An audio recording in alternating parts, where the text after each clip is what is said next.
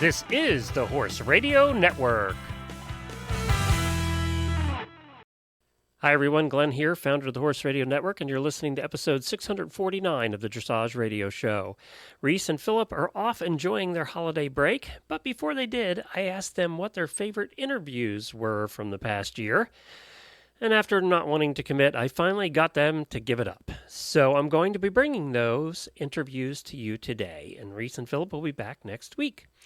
Reese chose the interview that they did in April with a name that you will all recognize. And Philip chose the interview with the silver medal Olympic team that they did. And we'll get right to those interviews after a word from Kentucky Performance Products. She swallowed hard as they walked into the start box. She could feel his muscles tense under her leg. 5, 4, 3, 2, 1. Have a great ride. She didn't have to ask. He galloped out of the box and across the field toward their first training level course. His ears pricked. Her heart pounded. He attacked each obstacle with confidence, clearing them with room to spare. A huge smile broke out on her face as she crossed through the finish flags. She leaned forward and buried her face in his neck. Their bond of love and trust blocked out all else.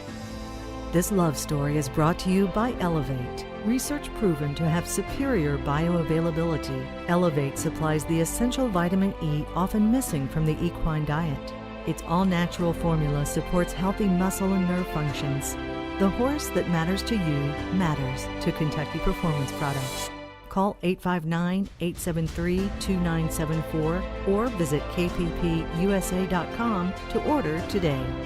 Well, tonight we are really honored to have Sabine Shout-Carey. She is a candidate for the Tokyo Olympics riding Sanseo. I got to meet her in Florida and I just had to have her on the podcast. Sabine, welcome.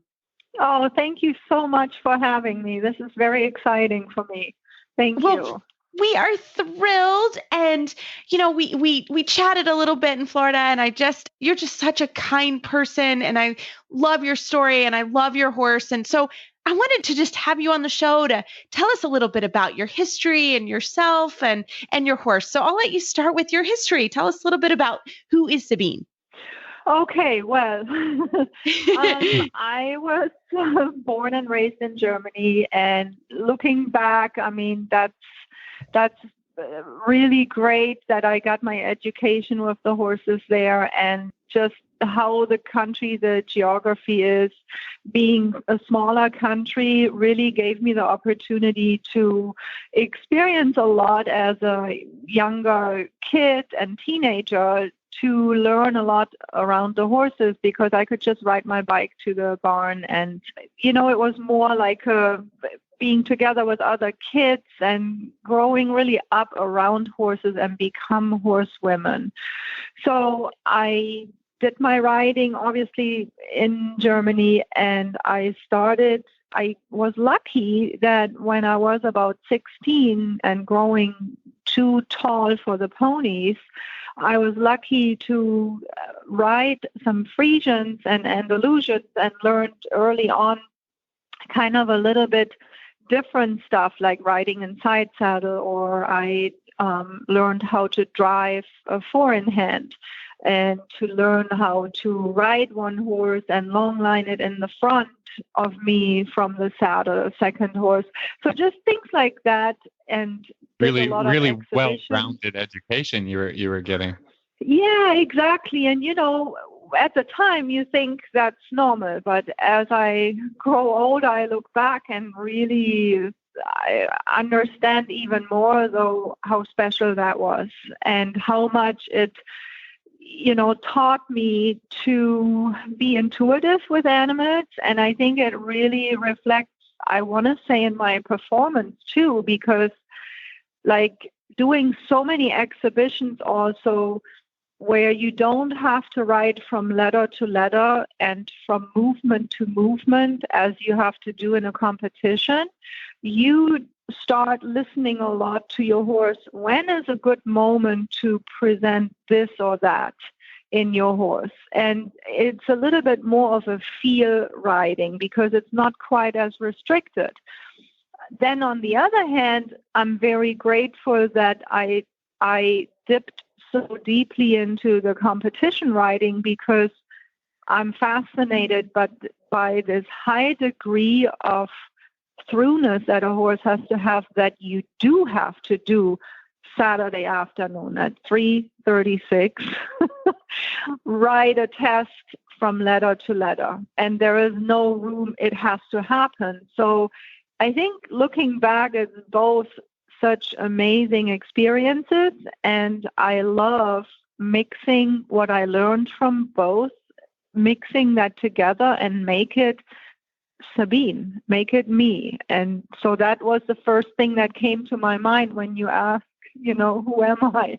I think that's really, looking back, I'm very, very grateful for that. And then just to not make it too long, you tell me if I'm going too far out. But no, we love it. We love hearing your story. Okay. It's phenomenal. Okay. Then in 1998, I sold my first horse, which was a Frisian stallion that I had trained. I sold him to a gentleman in the U.S. in Texas, and I sold him from a video as a breeding stallion, but then I wanted to see where he goes, and so I flew over, and the gentleman's name is Jim Mosebrook, and he offered me a job on the spot, and I just had met my husband, and he came with me. So in 1998, we moved to the U.S. I was lucky enough that Jim also got me my citizenship really quickly.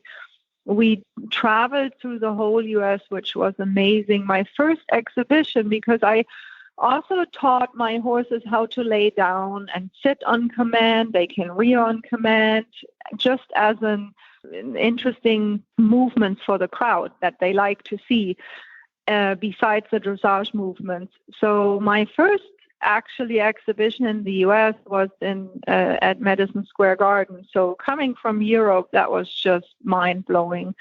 And they put sand up on the Rockefeller Center for the Today Show, and we had to ride there.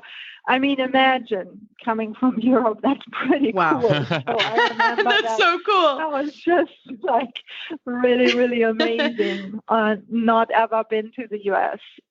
So then we traveled a lot through the U.S. and tried to promote the Frisian horse, also as a dressage horse, and not being so stuck on the breed, but saying, hey, dressage means training. So, these horses, yes, they weren't bred for dressage, but they have a lot of things to offer too. Well, I have to jump in here and just and tell you, Sabine, that you were kind of an inspiration for me as well, because in the early to the late 2000s, I can't remember what the years were, I got a Frisian stallion in my barn for training, and it was great for me to be able to have somebody to look up to, or to say, I'm riding a Frisian, and I was probably the only Frisian at a dressage show, but I was like, other people do it too, just not around here, or I think I've seen video of you riding the stallions, and you did such a beautiful job, and that's who you were. Who I was emulating to be like. So this is personally, this is a really great interview for me to be involved with.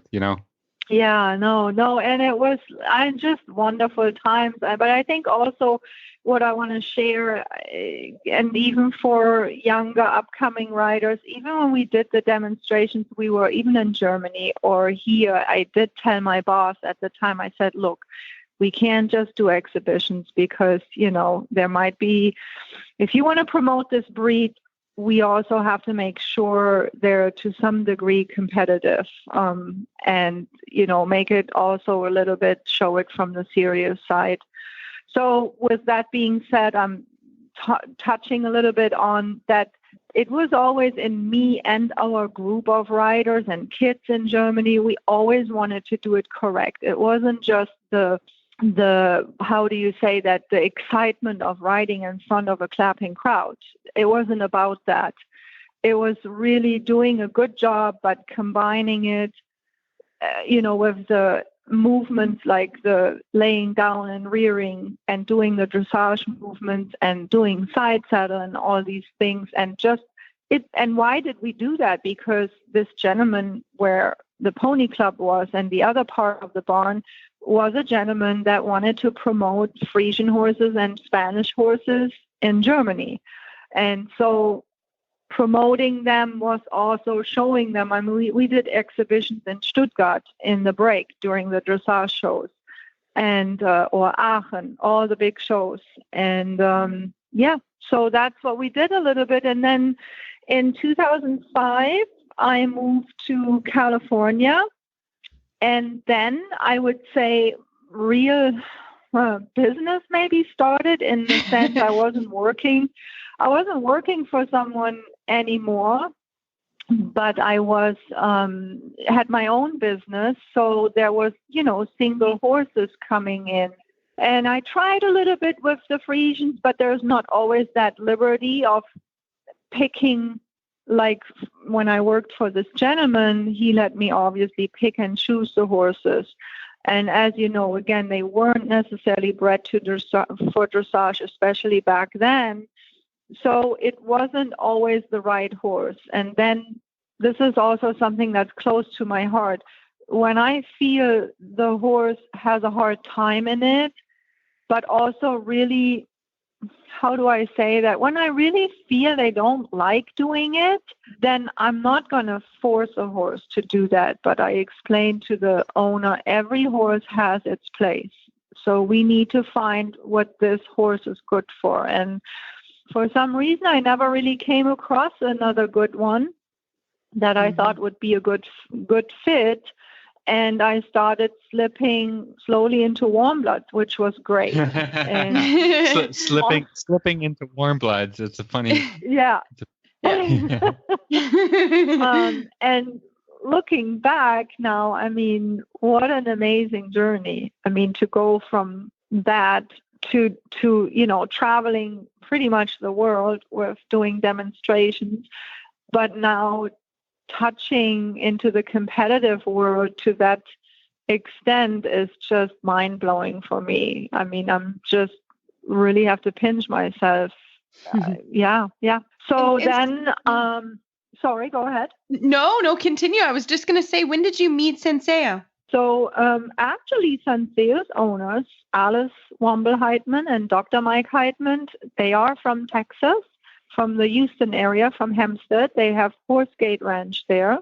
And it was actually really touching because Alice always saw me do my demonstrations with the Frisians and the Andalusians. And she always took a moment and came to me and told me how beautiful it was.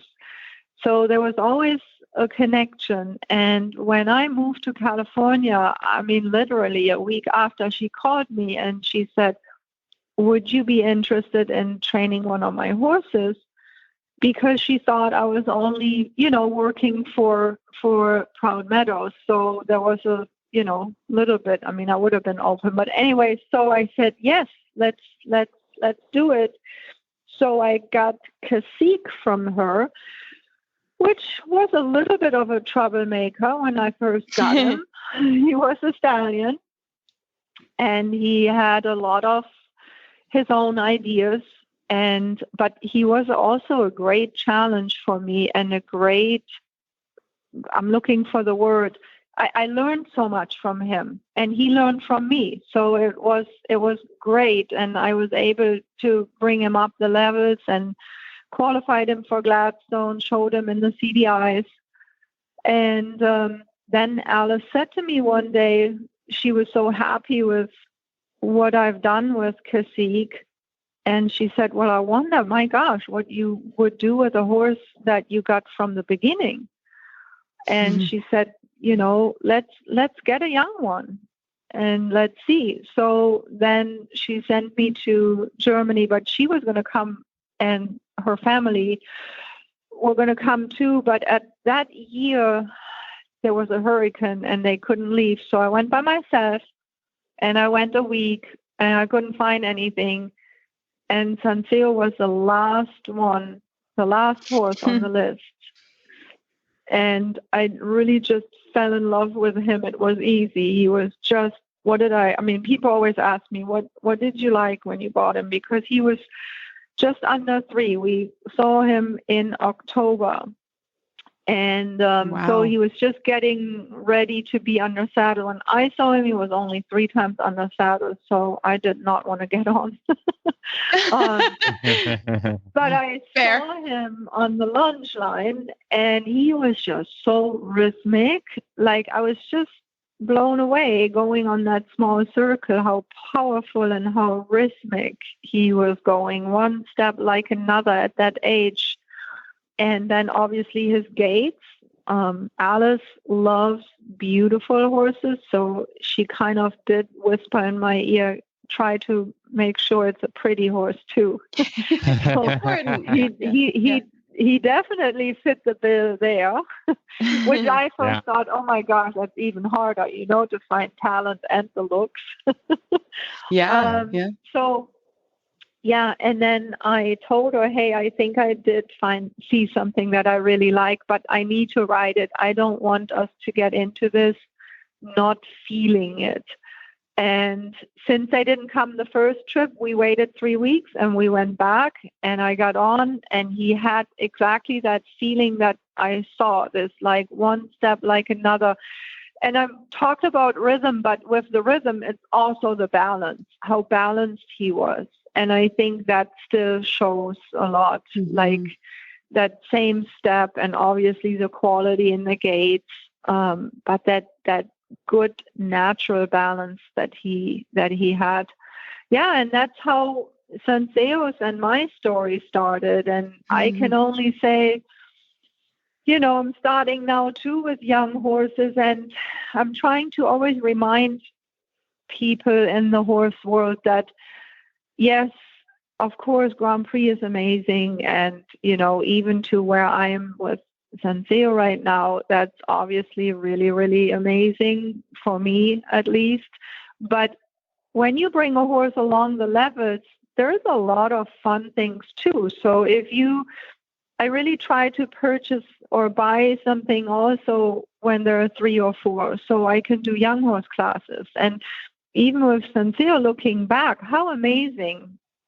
Like, he qualified as a 5-year-old for Pferden for the World Breeding Championships to represent the U.S. We decided not to go. He was a little immature, and we didn't want to, because we wanted to go to Grand Prix. We said, hey, let's not just look at this year, look in the future. And in order to be competitive, we would have to push a little bit and make him a little more flashy. And I said, I don't want that. I want to stay honest to the training.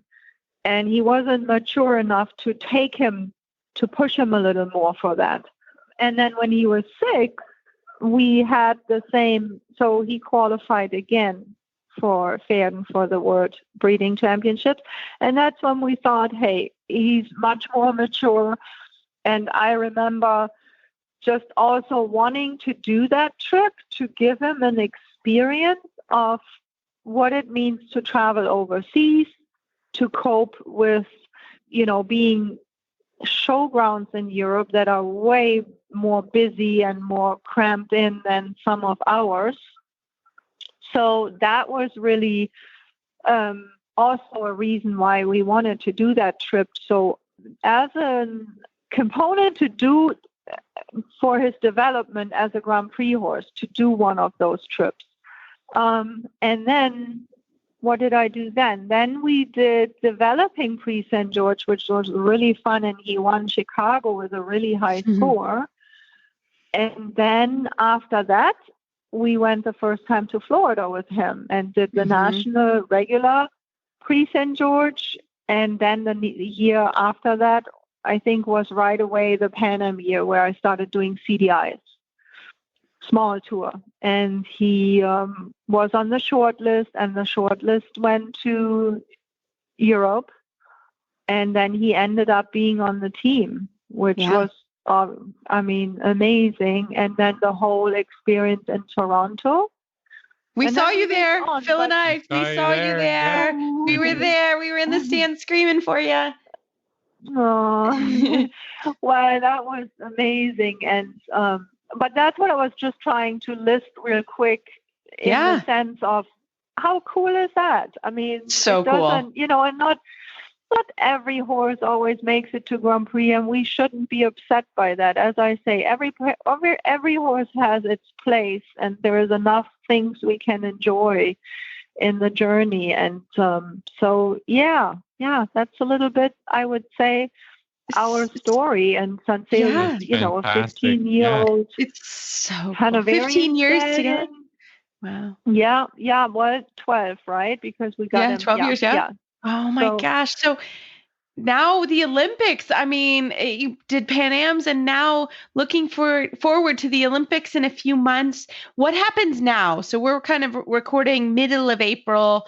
So what happens now? What's the plan in the next few months getting ready for Tokyo? Yeah. So, I mean, we do have to obviously qualify and all of that. So in short, it's pretty much the end of April is the ending of the qualifying period. So we still have a couple of CDIs coming, I think Tryon and Ocala, I believe, where, you know, horses still can compete. And then we have on the West Coast this week coming Rancho Murrieta. It's also a CDI and a qualifier. But end of April, they will announce a short list. Usually the short list goes to Europe, but because of the herpes virus, that's too risky, and I think that's very smart to not do that. So instead, there will be an observation event in June in Wellington, and where the short list is going to compete. And they like a little bit having it in the climate that's probably close to Tokyo, or the closest that we have in the country. And then from that show on, they will determine the team. This year we have only a three-rider team, where normally it has been often enough 4 riders. So 3 riders and 1 traveling reserve. But the difference this time, I think it's the first time they're doing that format, that there is an option in Tokyo if for whatever reason, maybe a horse doesn't deal well with the heat or something in that nature. I believe the alternate horse can be brought in for the special, which the Grand Prix special determines is for the team medal. So, interesting. I think I hadn't heard that. Yeah, that's interesting.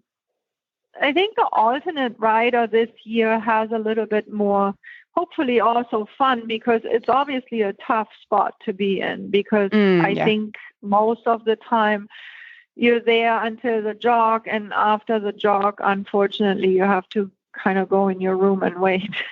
Yes. I mean, it's okay. I mean, I think it's probably going to be a little more exciting. So, but anyways, that's what it looks like. And what I'm just trying to do is sit tight. Yes. And make sure, to look at it as, best case scenario that I am going, because if I am, I need to be ready and not, not be ready. So, and that for me means my horse is quite seasoned, I feel. He has a, kind of age and competition mileage of a more seasoned Peking horse. So for me, it's important that I don't override him, and that I keep him happy and especially not just happy, I think happy and motivated. And how do I do that?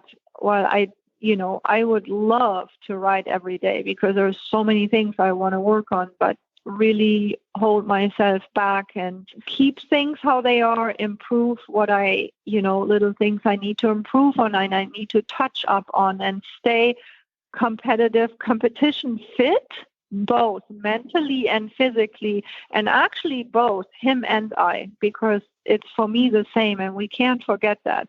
And for me personally, it's mentally and healthy. I mean, I do have to work out and stay fit and sharp, and then try to do cross training and try to do, I mean, he goes out 3-4 times a day, and he has his own aqua tread.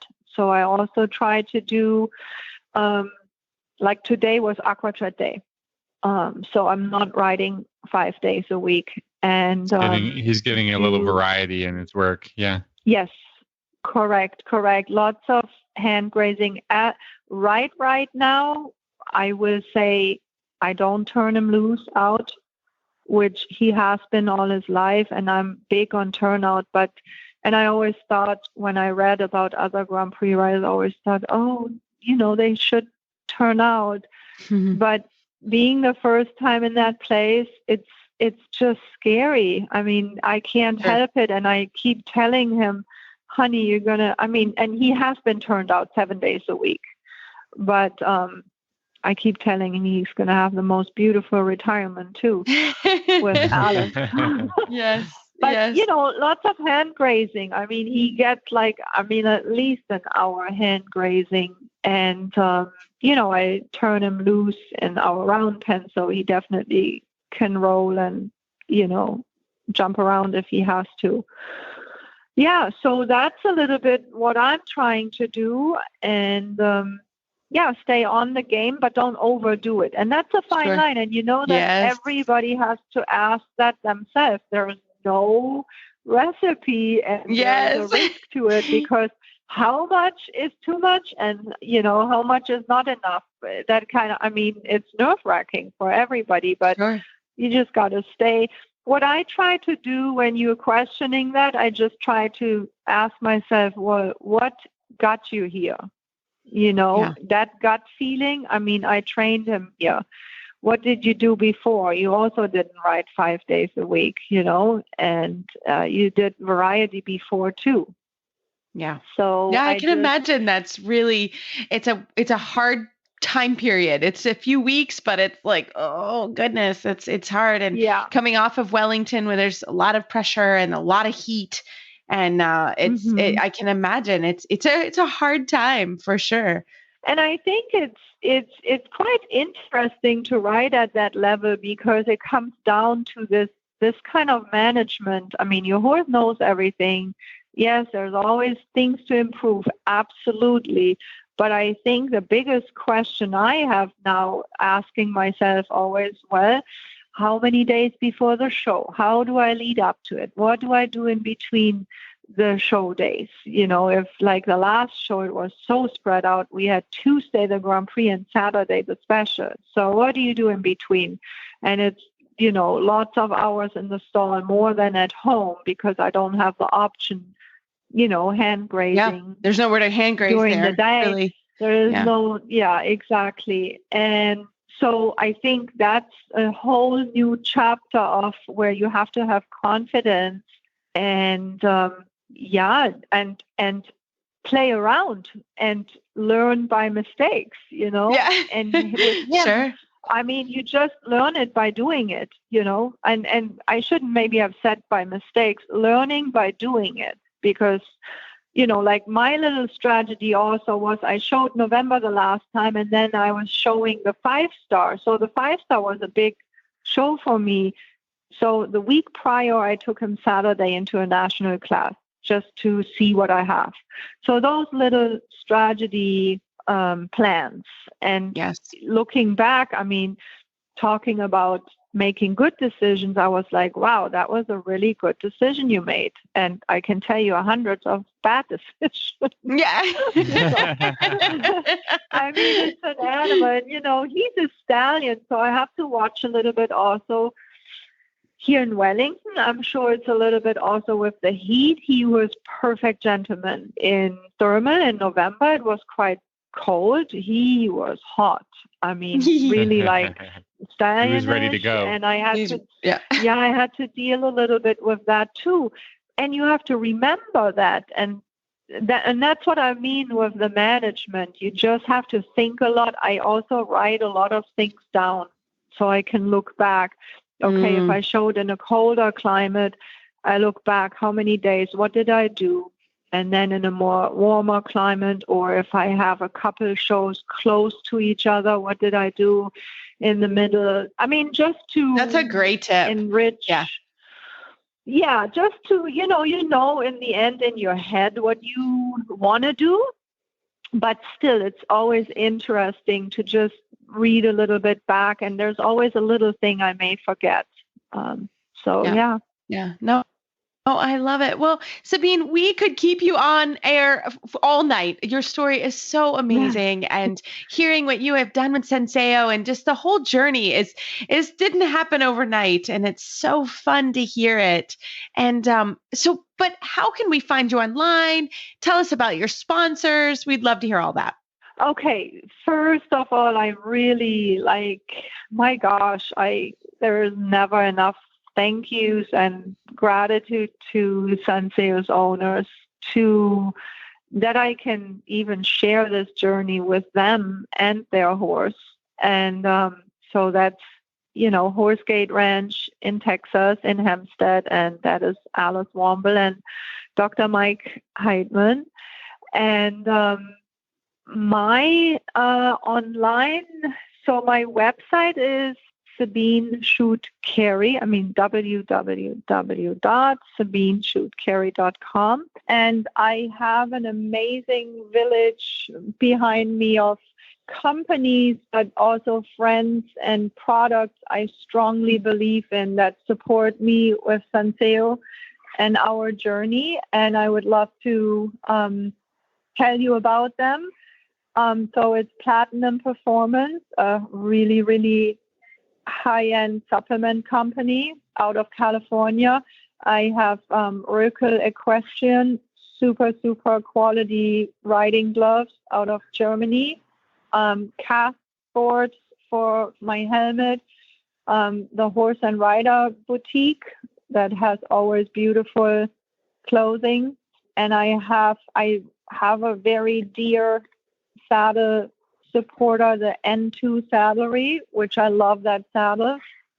Dressage sport boots, MDC stirrups, US Animal, Anique shirts.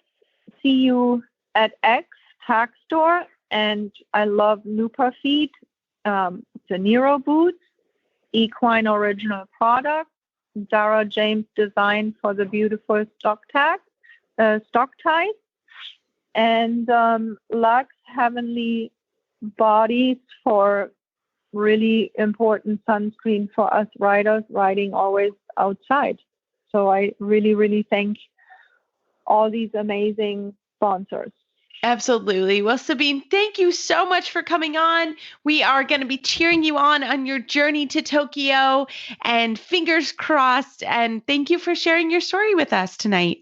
Thank you so much for having me. This was really fun. Thank you. This episode is also sponsored by Arena Saddles. With the classic elegance and unbeatable quality, it's clear why Arena Saddles are the premier choice for the discerning dressage rider. The comfort and style of a beautifully crafted Arena dressage saddle will help you and your horse move together in perfect harmony while you're competing or training for the dressage ring.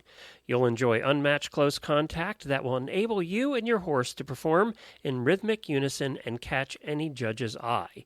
When you experience the ultra-soft seats and knee inserts, a perfectly balanced seat, customizable rider support, and extra protective cushioning, you'll see why Arena saddles are known for their beauty, comfort, and practicality. Priced at just $15.99, the Arena Dressage Saddle is the perfect saddle for you. Visit arenasaddles.com to view the full range of saddles available and to find a retailer near you. That's arenasaddles.com.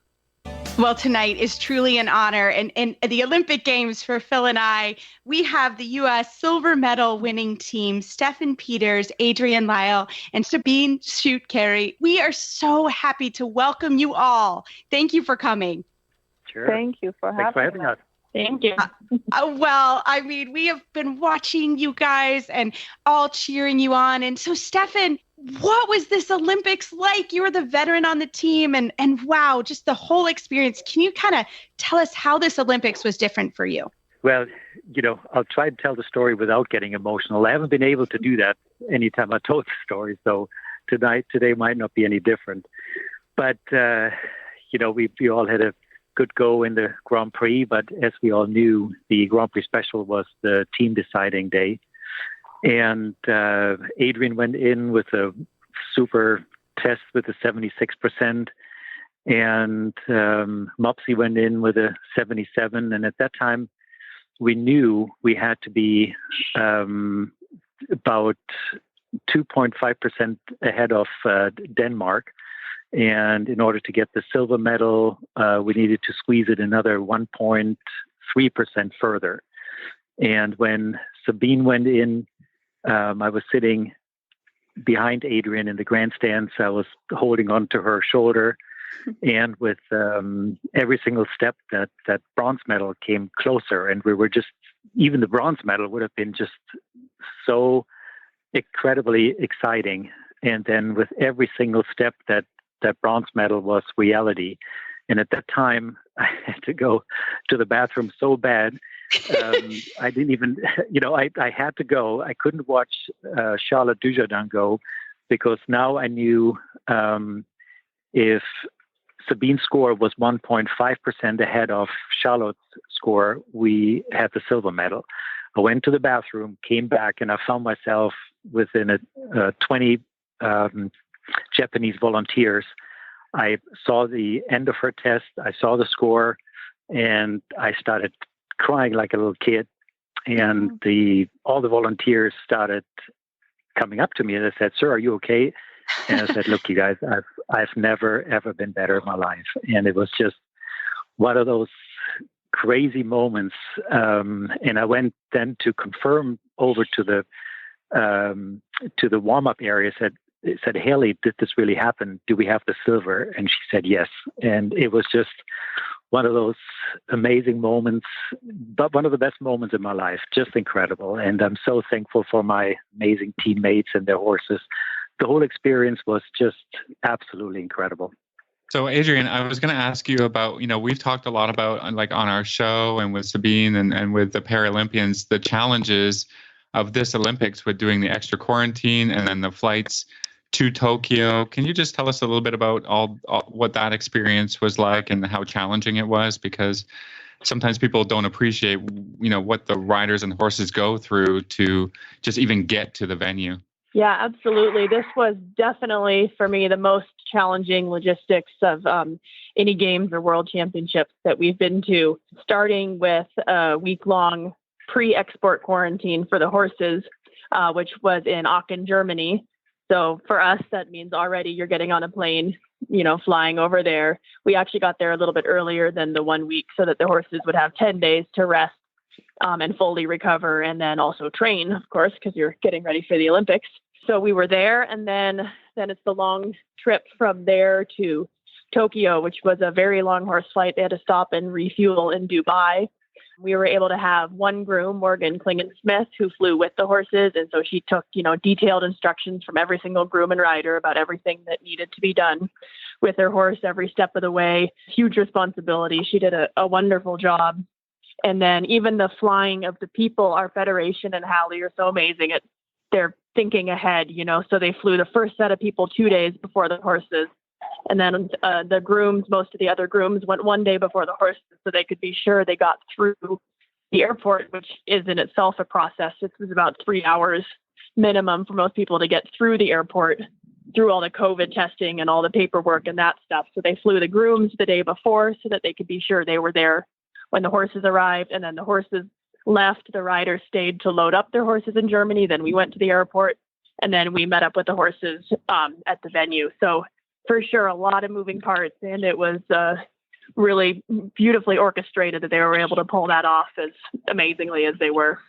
That's truly amazing. I think, watching and this Olympics, we had some social media, we could see what you guys were doing, but I don't think people can fully appreciate all of the logistics that had to happen. I mean, it was incredible. Sabine, tell us, this was your first Olympic Games. Obviously, there was even more challenges this year with COVID. Could you talk about what you guys, once you got to Tokyo, what were some things that happened, and how did you stay focused in your first Olympic Games to truly have the amazing rides that you did? Well, I mean, for me, it was obviously great to have Adrian and Stefan there who, were super supportive and kind. And I felt like home, and I felt being part of it, and, equal and all these things. Sometimes maybe you get a little threatened or think you're not good enough.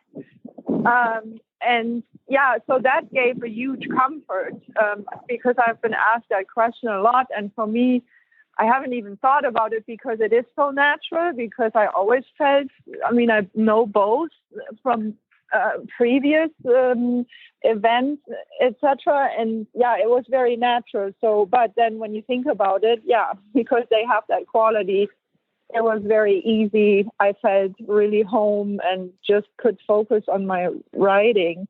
In terms of happening, for me, it was on I think 2 days before it all ended, I was thinking, like, really? Can we not stay longer and do a little more?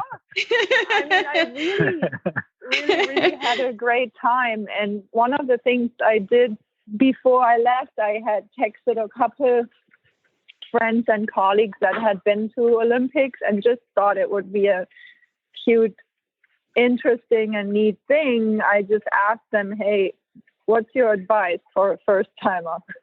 What am I looking at? Or what would you, what advice would you give me? And between all of them, it was very clear to make sure you also enjoy this, because of course there's pressure and you want to do well for yourself, but you also, now you're riding on this stage and you're riding for your country, which is an incredible honor. So it's a complete different ride and experience. So I really took that to heart.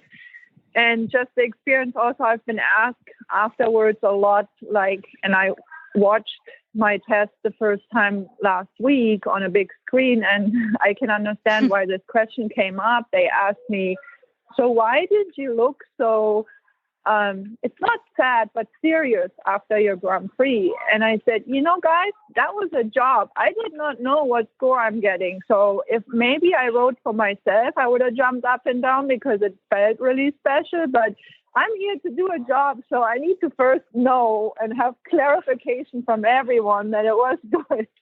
So I just didn't let go.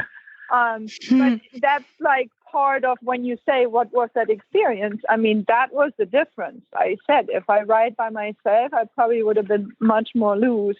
So just that responsibility I really felt, and being, enjoying it, but also being very serious. I just thought always, okay, don't go off course and all these.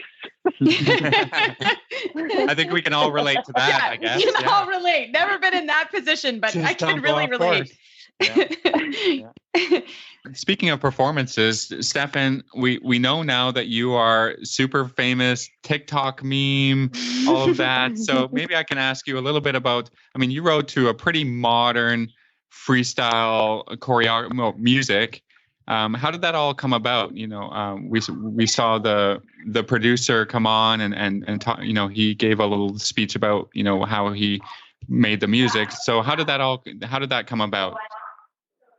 Well, first of all, you mentioned that I was famous. The good thing is my horse is famous. My name was it was not mentioned Rave so horse, much, right? Mopsy the Rave horse. Yeah, the Rave horse, and Mopsy's name became famous, which I think is fantastic that my name wasn't even mentioned that much. I prefer it that way. But it all came about when I tried a bunch of different pieces of music, and Akiko called me one day and said, Stefan, you got to make up your mind and see what's working, because it's a huge mishmash of songs. And I said, yeah, I know. And I finally narrowed it down to Hathaway, What Is Love, and the Calabria song. So those two made the final cut. And it worked out great. But the interesting part is we did the sound check the day before the freestyle, or maybe it was probably the morning of the freestyle. And I listened to the beginning of the music, the sound, the volume sounded good. And then I listened to the music again on the way to the venue, which was pretty close to me getting ready for my performance.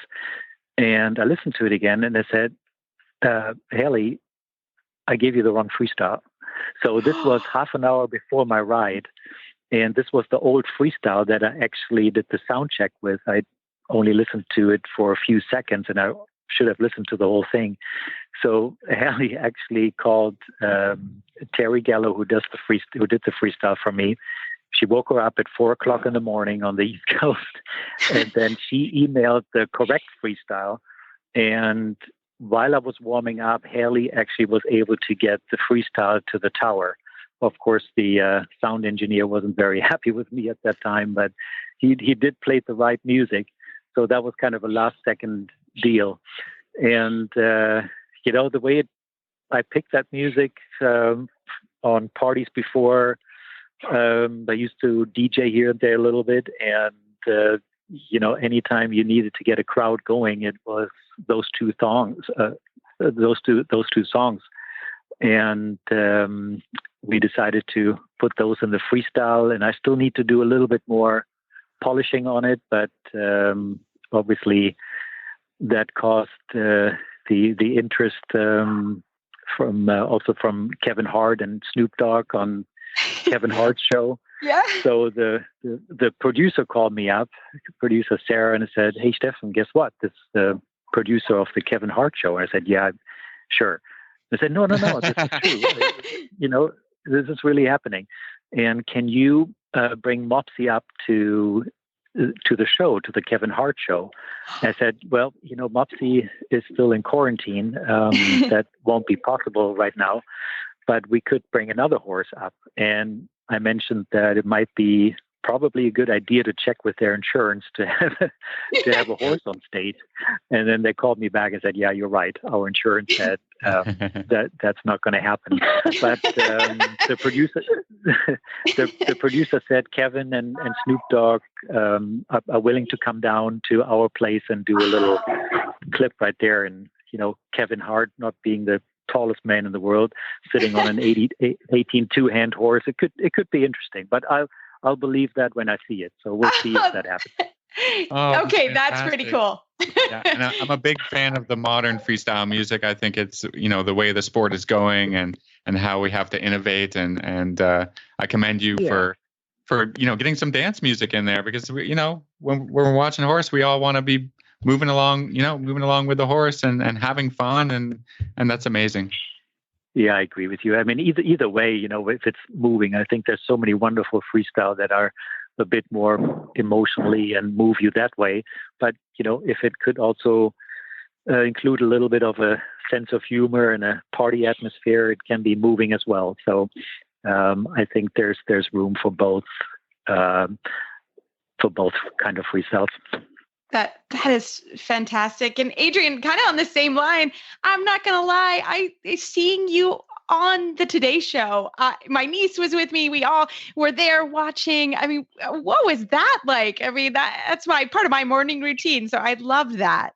Yeah, that was such a cool experience. That was our media people at USEF are so on top of all of this. They were able to get that arranged for us. We had no idea this was going to happen until I think the morning of, or possibly the night before. And it was such a cool treat. And just being able to go and see their production, they've set up, taken over a hotel essentially. And each hotel room, you walk down the hallway and there's one sign that says, Access Hollywood, and one sign Today Show, all these different things. And you're just wow, this is crazy to see the whole production that goes into that. And of course, then getting to be on set it was just so fun. It was such a little icing on the cake, because we were already so happy and we were celebrating. And then we got to have this amazing experience. And you walk out on the roof for the set of the Today Show and you're overlooking this beautiful bay in Tokyo, and the Olympic rings are lit up. And it was all rather surreal, actually.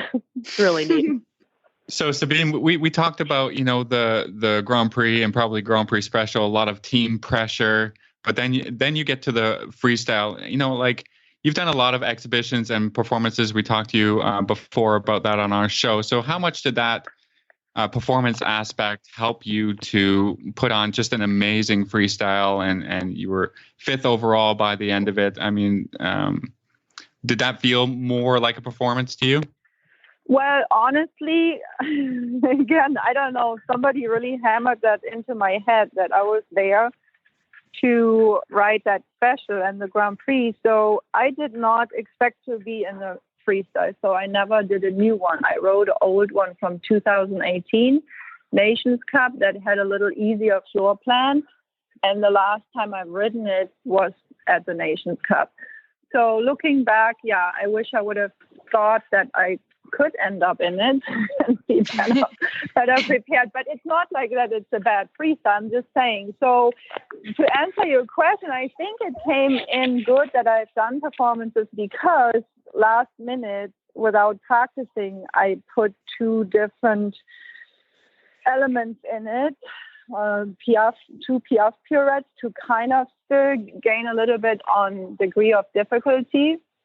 And then again, not having ridden through it since 2018, I think I certainly was nervous. I'm not saying that, but I think it helped a little bit to have those performances and trust it a little bit and try to kind of measure out from experience, oh, this could work.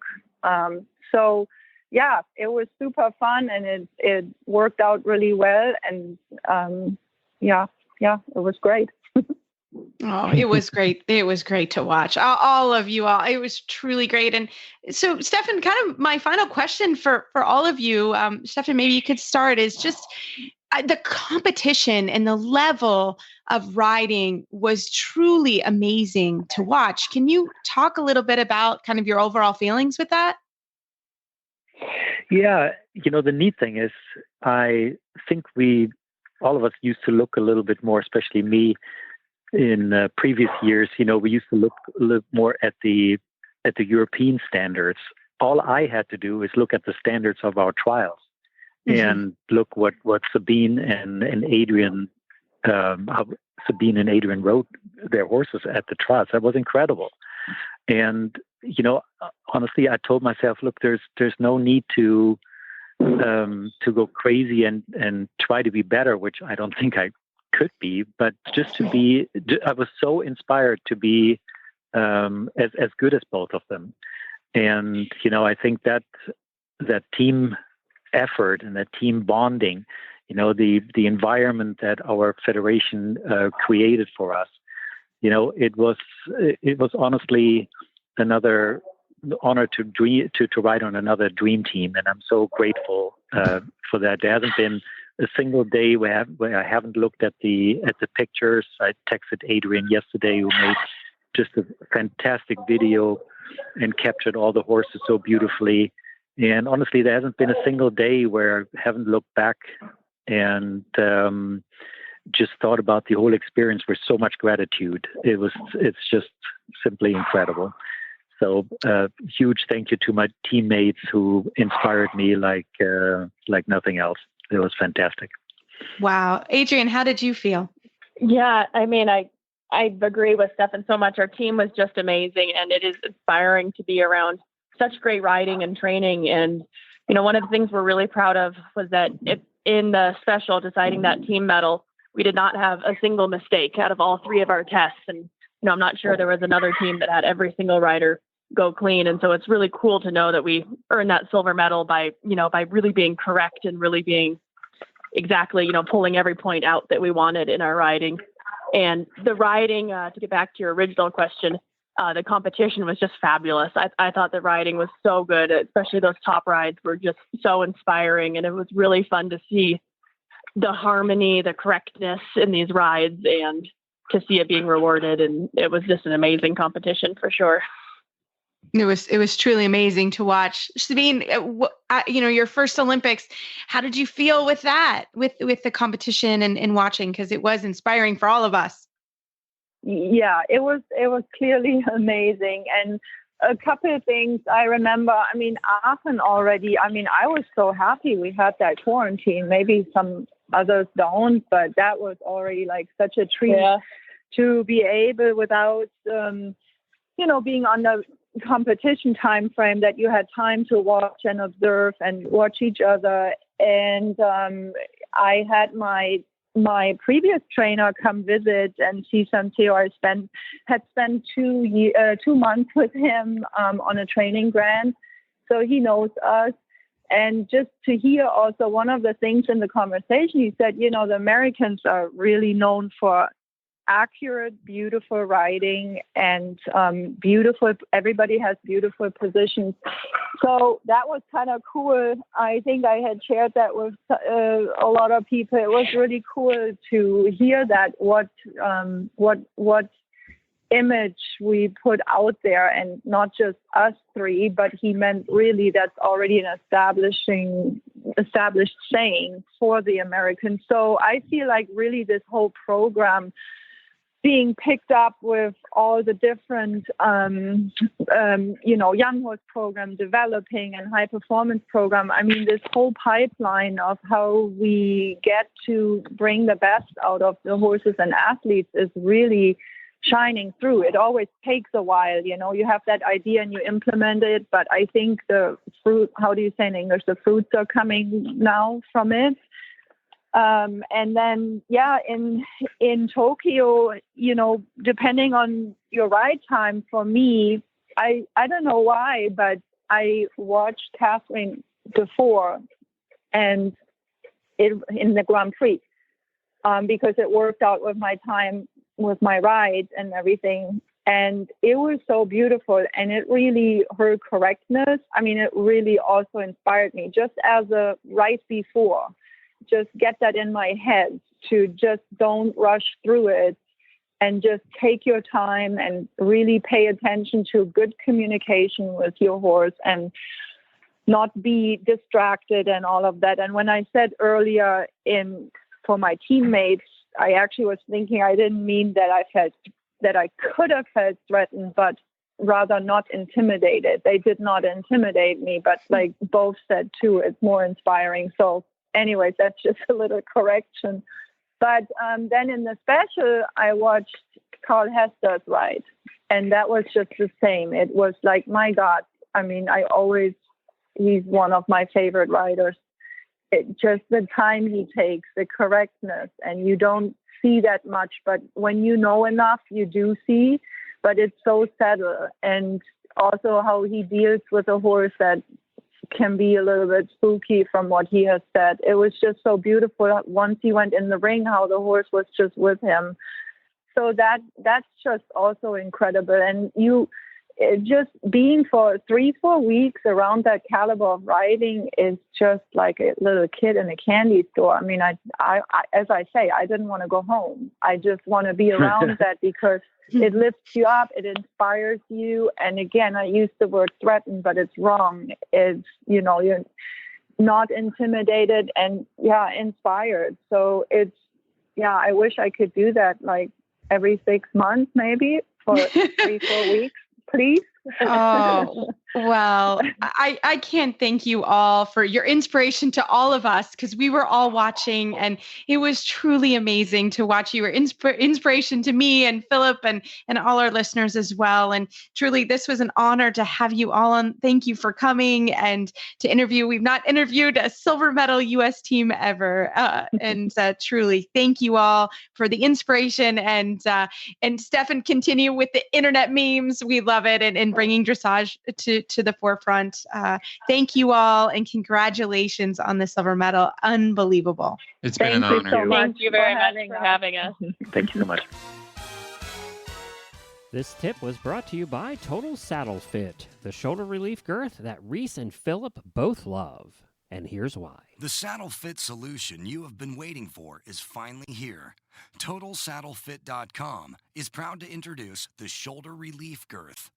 This strategically shaped girth actually moves the girth line of your saddle back over 1 inch, thereby freeing your horse's shoulders from the saddle.